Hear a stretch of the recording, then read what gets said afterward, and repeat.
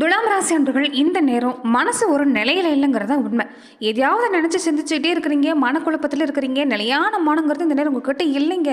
மன ஓட்டம் என்ன ஓட்டம் பொறுத்த வரைக்குமே அடுத்தடுத்து என்ன செய்யணுங்கிற ஒரு எண்ணம் உங்களுக்கு சிறப்பாக தான் இருக்குது. அடுத்து எதிர்காலத்தை பார்க்கணுங்கிற எண்ணம் சிறப்பாக இருக்குது. ஆனால் ஏதோ ஒரு பயம் பார்த்துட்டோம், மனசில் ஒரு நிம்மதி இல்லாத சூழ்நிலை அலப்பாஞ்சிக்கிட்டே இருக்குதுன்னு சொல்லலாங்க.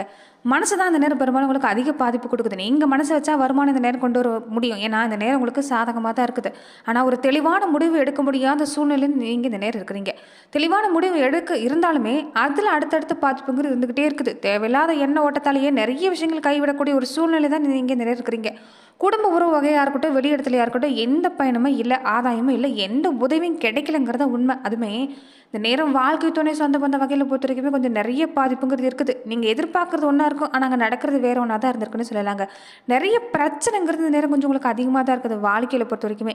அதே மாதிரி இந்த காலகட்டங்களில் நீங்கள் எத்தனை விஷயங்கள் செஞ்சு பார்த்துருப்பீங்க. மிக முக்கியமான விஷயம் பார்த்தீங்கன்னா, இந்த துலாம் ராசி அன்பர்களுக்கு இந்த குலதெய்வ வழிபாட்டில் பெரும்பாலும் உங்களுக்கு தடங்கிறது இருந்துக்கிட்டே இருக்கும். பெரும்பாலும் உங்களுக்கு இருக்கக்கூடிய விஷயம் இதுதான்.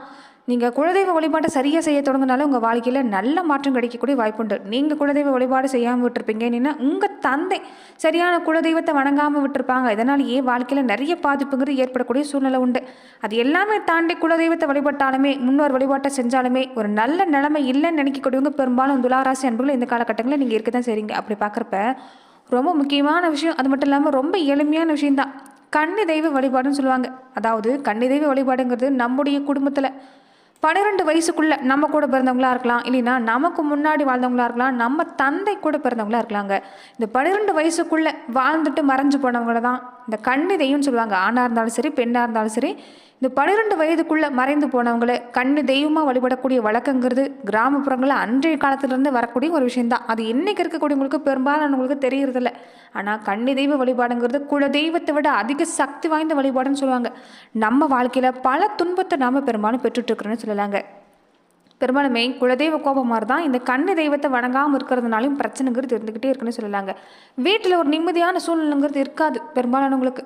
அந்த காரணத்தால் பொறுத்த வரைக்குமே நீங்கள் கன்னி தெய்வத்தை வீட்டுக்கு வர வச்சு தொடர்ந்து வழிபாடு செஞ்சால் போதுங்க, நல்ல பலன் கிடைக்கக்கூடிய வாய்ப்புண்டு. குலதெய்வம் கோபமாக தான் கன்னி தெய்வத்தை வழிபாடாமல் இருக்கக்கூடியவங்களுக்கு குடும்பத்தில் அதிக வறுமை இருக்கும், கடன் பிரச்சனை, சண்டை, தொழில் விருத்தி இல்லாமல் இருக்கிறது, குடும்பத்தில் நிம்மதி இல்லாமல் இருக்கிறது, இப்படி சொல்லிக்கிட்டே போகலாம். பல கஷ்டத்தை அனுபவிக்கக்கூடிய சூழ்நிலை இல்லாமல் இருக்கும். இந்த விஷயத்தை நீங்கள் நம்பிக்கையோடு செஞ்சால் போதும். நீங்கள் பெரும்பாலும் மற்றவங்கள நம்பி நீங்கள் இந்த கன்னி தெய்வத்தை பொறுத்த வரைக்குமே வீட்டுக்கு கூப்பிட்டு நீங்கள் அந்த வழிபாட்டை செய்கிறத விட நீங்கள் யாருக்குமே பொறுத்த வரைக்குமே நீங்கள் இந்த விஷயம் செய்ய வேண்டாம். உங்கள் குடும்ப உறுப்பினர்கள் எல்லாருமே ஒன்று சேர்ந்து உங்கள் குடும்பத்தில் வாழ்ந்து மறைஞ்ச அந்த கன்னி தெய்வத்தை நீங்கள் படம் இருந்தால் கன்னி தெய்வ படம் இருந்தால் நீங்கள் வழிபாடு செய்யலாம். இல்லைன்னா நீங்கள் கன்னி தெய்வத்தை நினச்சி தீப ஏற்றி, குத்து விளக்கில் தீப ஏற்றி கூட இந்த ஒரு விஷயத்தை நீங்கள் செஞ்சுட்டு வந்தீங்கன்னா சிறப்பான பலன் கிடைக்கக்கூடிய வாய்ப்புண்டு. அப்படி நீங்கள் கன்னி தெய்வத்தை எப்படி வழிபாடு செய்யணும், கன்னி தெய்வ வழிபாடுங்கிறது ஏன் அவ்வளோ முக்கியம், இதனால் குடும்ப வாழ்க்கையில் எப்படி நல்ல பலனை கொண்டு வர முடியும், இது எல்லாமே இந்த பதிவில் பார்க்கலாம். அது மட்டும் இல்லாமல் இனி அடுத்து வரக்கூடிய 15 நாட்களுக்குமே எப்படிப்பட்ட பலன்கள் கிடைக்க போகுதுங்கிறத பற்றி தான் இந்த பதிவில் நாம் தொடர்ந்து பார்க்க போகிறோம். அதுக்கு முன்னாடி நீங்கள் இந்த சேனலுக்கு புதிவராக இருந்தால் இந்த சேனலை சப்ஸ்கிரைப் பண்ணிவிட்டு ஒரு லைக்கும் பண்ணிவிட்டு பின்தொடர்ந்து வாங்க பார்க்கலாம். நிறைய பேர் வீடியோ பார்க்கக்கூடியவங்க சப்ஸ்கிரைப் பண்ணாமல் பார்க்குறீங்க, சப்ஸ்கிரைப் பண்ணிட்டு பாருங்கள். அப்போ தான் இந்த சேனலில் படக்கூடிய ஒவ்வொரு வீடியோஸும் உங்களுக்கு நோட்டிஃபிகேஷன் மூலமாக வரக்கூடிய வாய்ப்பாக அமைஞ்சிருக்கு. தொடர்ந்து நீங்கள் இந்த பதிவை எந்த மாவட்டத்திலிருந்து பார்க்குறீங்கிறத மறக்காமல் சொல்லிட்டு போங்க.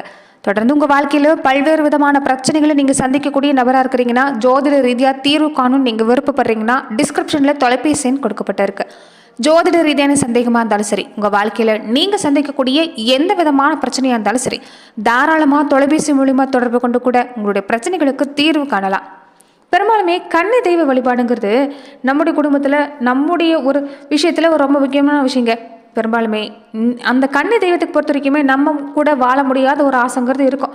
நம்மளை மாதிரியே ஆசை பாசம் இல்லாமல் இருக்குங்க.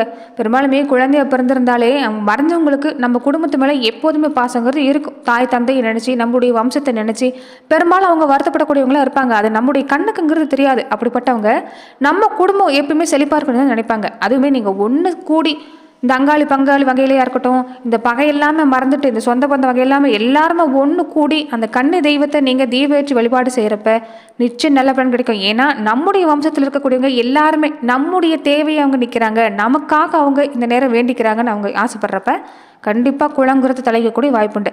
இதுக்கு நீங்கள் பெரிய விஷயம் இல்லாமல் செய்யக்கூடிய ஒரு வாய்ப்புங்கிறது இல்லைங்க.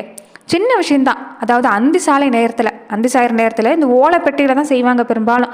நல்லது நடக்கக்கூடிய விஷயங்கிறது இந்த காலகட்டங்கள் பெரும்பாலும் இந்த ஆடி மாதம், இந்த தை மாதத்தில், இந்த பங்குனி உத்திர நாட்களில் பொறுத்த வரைக்குமே இந்த கன்னி தெய்வ வழிபாடுங்கிறது பெரும்பாலும் கடைபிடிக்கக்கூடிய ஒரு விஷயமா இருக்குது. அப்படி செய்ய முடியாதவங்க கூட இந்த செவ்வாய்க்கிழமை நாட்களில், வெள்ளிக்கிழமை நாட்களில் செய்யலாங்க. செவ்வாய்க்கிழமை நாட்கள்ங்கிறது இன்னும் சிறப்பான விஷயம்.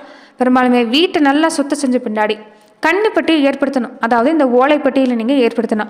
அதில் பொறுத்த வரைக்குமே அந்த கன்னி பெண்ணுக்கு எந்த விஷயம் பிடிக்குமோ அதை நீங்கள் செய்கிறது நல்லது. கன்னி பெண்களுக்கு பொறுத்த வரைக்குமே இந்த இனிப்பு சம்மந்தப்பட்ட விஷயங்கிறது பிடிக்கும். அதனால் இந்த இனிப்பு நீங்கள் படைக்க பாருங்கள். பணியாரம், அதிரசம் மாதிரி இனிப்பு பலகாரம்னா கன்னிகளுக்கு ரொம்ப பிடிக்கும். இந்த படையில் நீங்கள் செய்ய பாருங்கள். அதே மாதிரி பாயாசம் நீங்கள் வைக்கணும். குடும்பத்தில் இருக்கக்கூடியவங்க ஒன்று கூடணும். இந்த விஷயத்தை பொறுத்த வரைக்குமே குடும்ப ஒற்றுமைக்கு இந்த கன்னிதெய்வ வழிபாடுங்கிறது இன்னும் ரொம்ப முக்கியமான விஷயம்னு சொல்லலாங்க. அப்படி பார்க்குறப்ப நீங்கள் செய்யக்கூடிய விஷயம் என்னென்னு பார்த்தீங்கன்னா, கன்னிப்பட்டி பொறுத்த வரைக்குமே கன்னிப்பட்டி ஏற்படுத்தி அதில் அந்த பெண்ணோட படம் இருந்தால் முன்னாடி வச்சு தீபம் ஏற்றி வழிபாடு செய்ய பாருங்கள். பெண்ணோட படம் இல்லைனாலும் பரவாயில்ல, நீங்கள் தீபம் ஏற்றி இளநார்பட்டியில் மஞ்சக்கிழங்கு, சிற்றாடை, சேலை, கண்ணாடி சீப்பு, வளையல் வச்சு மணக்கக்கூடிய பூக்கள், இந்த பிச்சுப்பூ, மறுக்குழந்து, மல்லிகைப்பூ மாதிரி நீங்கள் படைச்சி சாம்பிராணி மணத்தை வீடு முழுக்க நீங்கள் நிரப்பி என் குடும்பம் தலைக்கணும், என் குடும்பம் நல்லா இருக்கணும், உங்களுடைய கோரிக்கை என்னவோ அது எல்லாமே நீங்கள் வச்சு வேண்டி வழிபாடு செய்கிறப்ப நெற்று நல்ல பலன் கிடைக்கும். இந்த விஷயத்தை செய்கிறப்ப நீங்கள் அன்னதானம் செய்கிறது நல்லது. உங்கள் வீட்டை சித்திருக்கக்கூடிய கண்ணு பெண்களுக்கு பொறுத்த வரைக்கும் உங்களால் முடிஞ்ச நீங்கள் துணியை எடுத்து கொடுக்கலாம், இல்லைன்னா இனிப்பு சம்மந்தப்பட்ட விஷயத்தை செய்யலாம், அன்னதானம் செய்யலாம். இப்படி நீங்கள் செய்கிறப்ப நிச்சயம் நல்ல பலன் கிடைக்கக்கூடிய வாய்ப்புங்கிறது உங்கள் வாழ்க்கையில் உண்டாகுன்னு சொல்லலாங்க. தொடர்ந்து பார்த்தீங்கன்னா துலாம் ராசி அன்பர்கள் எப்படிப்பட்ட பலனை பெற போறீங்கிறது பார்க்கலாம். இந்த கன்னி தெய்வ வழிபாடுங்கிறது வருஷத்துக்கு ஒரு முறையாவது செய்கிறது ரொம்ப ரொம்ப முக்கியம். ஏன்னா ஒரு கன்னி தெய்வ வழிபாட்டை பொறுத்த வரைக்கும் நீங்கள் செய்கிறப்ப வீட்டில் எந்த கஷ்டம் இருந்தாலும் அண்டாதுங்க. நோய் நொடிங்கிறது தீர்ந்து போகும், குழந்தைகள் சம்மந்தப்பட்ட பிரச்சனை தீரும், குழந்தைகள் கல்வி நிலையில் நல்லா வரணும்னு நினச்சா கூட இந்த விஷயத்தை நீங்கள் செய்யலாம். பெண்களாக இருக்கக்கூடியவங்க மாங்கல்ய பலன் இருக்கணும், கணவனுக்கு நீண்ட ஆயுள் கொடுக்கணும், திருமணமாகாமல் இருக்கக்கூடியவங்க திருமணம் நடக்கணும், இப்படி குழந்தை பேர் முத கொண்டு எல்லா விஷயத்துக்குமே இந்த கன்னி தெய்வ வழிபாடுங்கிறது நமக்கு ஒரு துணையாக நிற்கும். அதனால் மறக்காமல் இதை செய்ய பாருங்கள். நிச்சயம் நல்ல பலன் கிடைக்கக்கூடிய வாய்ப்புண்டு. தொடர்ந்து பார்த்தீங்கன்னா துலாம் ராசி அன்பர்கள் எப்படிப்பட்ட பலனை பெற போகிறீங்கன்னா, இந்த நேரம் ராசி அதிபதியாக இருக்கக்கூடிய சுக்கிர பகவான் கேந்திரத்தில் இருக்கிறாரு. 7ஆம் பார்வையாக சுகசாந்தத்தை பார்க்குறது ஒரு சிறப்பான நேரம் தான். கூடவே குரு இருக்கிறதால சாதகமான அமைப்புங்க. வருமானத்தை பற்றி நீங்கள் பயப்பட வேண்டாம். கொஞ்சம் மனசு போட்டு குழப்பிக்கிறத விட்டுட்டு வேலையில் கவனம் கொடுத்தீங்கன்னா நல்ல முறையில் வருமானம் பார்க்கலாம். குடும்ப சூழ்நிலையுமே பெருசாக பாதிப்புங்கிறது இல்லை. கொஞ்சம் வாழ்க்கை துணை உறவினர் வகையில் பொறுத்த வரைக்கும் கொஞ்சம் விட்டு கொடுத்து போகணும். பேச்சுவார்த்தையில் நிதானமாக இருக்க பாருங்கள். கோபப்பட்டு அவசரப்பட்டு பேசிட்டு பின்னாடி வருத்தப்படாதீங்க. மற்றபடி உங்களுக்கு குடும்பத்தில் அமைதியான சூழ்நிலை உண்டாகும். சுப நிகழ்ச்சி நடக்கக்கூடிய வாய்ப்பு இருக்குதுங்க. வேலை ரீதியாக நல்ல முன்னேற்றம் தான். வெளிநாட்டுக்கு வேலைக்கு போகணும், வெளிநாட்டில் வேலை செய்யணும்னு நீங்கள் ஆசைப்பட்டாலும் தாராளமாக செய்யலாம். அதே மாதிரி திருமணம் ஆகியிருக்கக்கூடியவங்களுக்கு எல்லாமே குழந்தை பாக்கியம் கிடைக்கிறதுக்கு சாதகமான கிரக அமைப்புங்கிறது நேரம் இருக்குது. கிரக அமைப்பை பொறுத்த வரைக்குமே இந்த காலகட்டம் உங்களுக்கு சிறப்பு தாங்க. வேலையிலையும் உங்களுக்கு சிறப்பாக தான் இருக்குது, குடும்பத்திலையும் சிறப்பாக தான் இருக்குது. பணம் சம்மந்தப்பட்ட விஷயம், பொருளாதார நிலையிலையும் உங்களுக்கு இந்த நேரம் சிறப்பு தான். அதே மாதிரி கொடுக்கல் வாங்கல் விஷயம் எல்லாமே சிறப்பாக இருக்கும். வியாபாரம் நல்ல முறையில் நடக்கக்கூடிய வாய்ப்பு இருக்குது. என்ன ஒன்று, தொழில் முதலீடு பொறுத்த வரைக்கும் இந்த நேரம் அதிகரிக்க வேண்டாம், நிறைய வாய்ப்பு கிடைக்கும். இந்த நேரம் அடுத்தடுத்து நீங்கள் தொழிலை ஏற்படுத்துறதுக்கு நிறைய வாய்ப்பு கிடைக்கும். ஆனால் இந்த காலத்தில் கொஞ்சம் நீங்கள் இந்த நேரம் நீங்கள் அந்த விஷயத்தில் கவனம் கொடுக்க பாருங்கள். புதுசாக ஒரு தொழில் முதலீடை நீங்கள் அதிகரிக்கிறது வேண்டாம். புதிய முயற்சிக்கு இப்போதைக்கு வேண்டாம், கொஞ்சம் தள்ளி போட பாருங்கள். குழந்தைகளோட உடல்நிலையில் கொஞ்சம் கவனம் கொடுக்க பாருங்கள். அவங்களுடைய நடவடிக்கையிலையும் கவனம் கொடுக்க பாருங்கள். மற்றபடி உங்களுக்கு இந்த நேரம் பெருசாக பாதிப்புங்கிறது இல்லை. பொருளாதாரம் சிறப்பாக தான் இருக்குது, குடும்ப நிலையிலும் பெருசாக இந்த நேரம் சிறப்பாக தான் இருக்குது. உடல்நலத்திலையும் பாதிப்பு இல்லை. கொஞ்சம் நீங்கள் நோய் எதிர்ப்பு சக்தியை அதிகப்படுத்தக்கூடிய உணவை எடுத்துகிட்டு வந்தாலே இந்த நேரம் உங்களுக்கு உடல்நலத்திலையும் பாதிப்புங்கிறது இல்லைன்னு சொல்லலாங்க.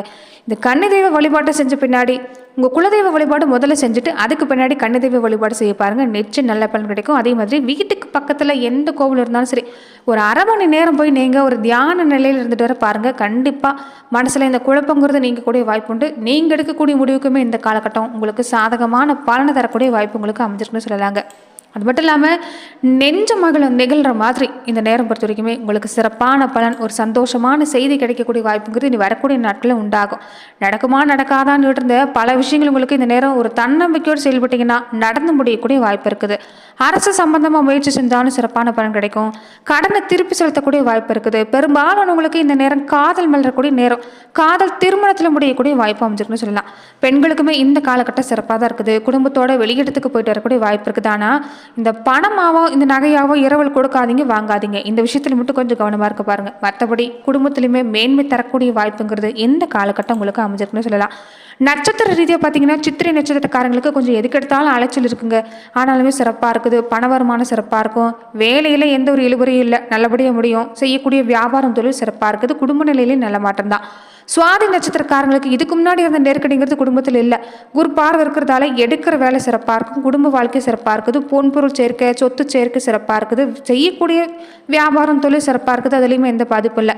விசாகம் நட்சத்திரக்காரங்களுக்கு குழந்தை பாக்கியம் நனவாகுங்க. திருமணம், வேலை எதுக்கு முயற்சி செஞ்சாலும் சிறப்பாக இருக்குது, பண வரவு சிறப்பாக இருக்குது.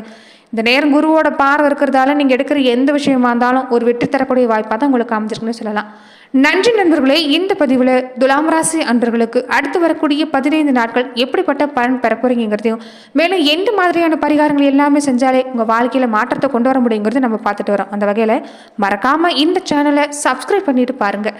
நன்றி நண்பர்களே.